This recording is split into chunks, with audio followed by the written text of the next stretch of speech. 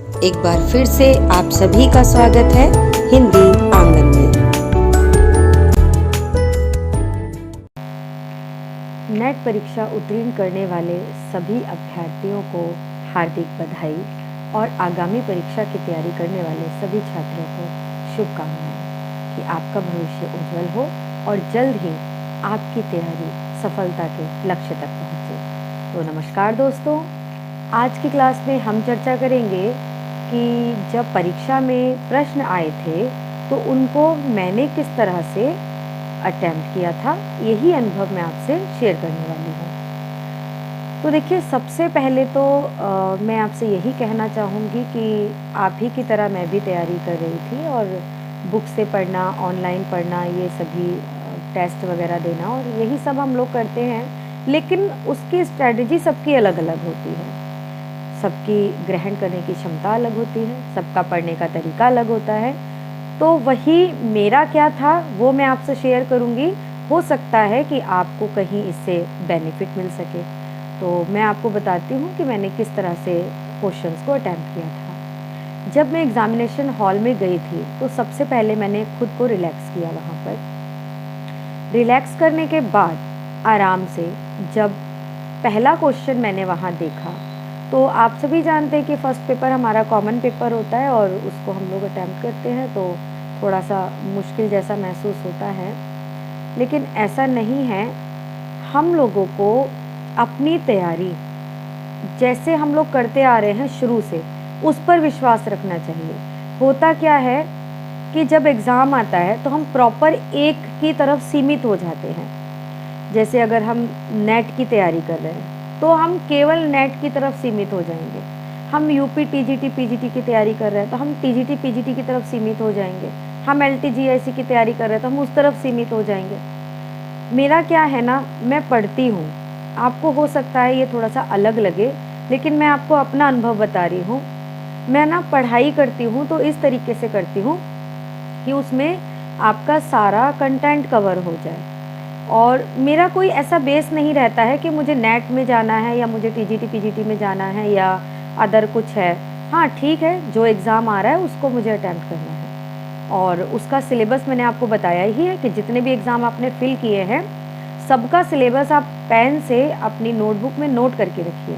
तो जब मैं एग्ज़ामिनेशन हॉल में गई और मैंने वहाँ पे प्रश्नों को देखा, प्रश्नों को देखने के बाद मैंने आराम से और धैर्य के साथ उन प्रश्नों को पढ़ा, उनके ऑप्शंस को पढ़ा। नहीं समझ में आया तो दोबारा पढ़ा, लेकिन ये नहीं कि बहुत जल्दबाजी में आंसर करके आगे निकल गए। तो उस तरीके से मैंने उन चीज़ों को हैंडल किया। प्रॉपर मेरी नेट की अभी की तैयारी नहीं थी। काफ़ी दिन पहले मैंने अदर एग्ज़ाम फिल किए थे जिसमें जीके, रीजनिंग, मैथमेटिक्स, इंग्लिश, ये सारा बेसिक मेरा पहले से मैं कर पा रही थी, मतलब कर चुकी थी और अभी मैंने उसको केवल रिवाइज़ किया था। तो जो हम लोग पढ़ते हैं ना, ये नहीं कि जस्ट उसी पे बेस्ड हमारा क्वेश्चन आ रहा है। आपकी 10 इकाई है नेट में, तो 10 इकाई से प्रश्न कभी बनता है, कभी कोई ऐसी इकाई भी है जिससे प्रश्न नहीं भी बनता है। तो हमें क्या करना है ना, अपने स्किल को एकदम पावरफुल बना देना है। अपने स्किल को इतना अच्छा करना है कि कहीं से भी प्रश्न यदि बनेगा उसको पहले धैर्य के साथ रीड करना है। तो आपको याद होगा हिंदी में भी जब एक प्रश्न था, जो एक पंक्ति थी जिसमें मित्रता का आभास हो रहा था। आप ध्यान करिएगा, वो प्रश्न था जिसमें पंक्तियों का मिलान करना था।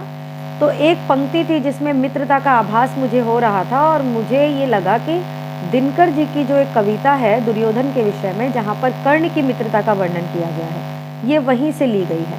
हालांकि मैंने वो कविता भी पढ़ी है उनकी और बहुत पंक्ति उनकी मशहूर है वहाँ की कि दिनकर जी ने कर्ण और दुर्योधन की मित्रता पर बहुत अच्छी कविता लिखी है, लेकिन उसके बीच से वो आ गई थी। तो यही मेरा कहना है कि जब तक आप प्रॉपर चीज़ों को नहीं पढ़ेंगे और रट्टे की तरफ जाएंगे कि ये दिनकर जी की कविता है, ये उनकी कविता है, ये नागार्जुन की कविता है, नहीं, हमें उनको ही पूरा पढ़ना है, तब हमारा कॉन्सेप्ट क्लियर हो जाता है। और उसी तरीके से आपने देखा होगा कि कई सारे ऐसे प्रश्न बने थे जिनमें आभास हो रहा था कि ये प्रश्न इन राइटर्स के हो सकते हैं, आभास हो रहा था। तो मैंने आपको बताया ना कि जब हमारा कंसेप्ट क्लियर होगा, हम राइटर को पूरा तरीके से उनको जान जाएंगे।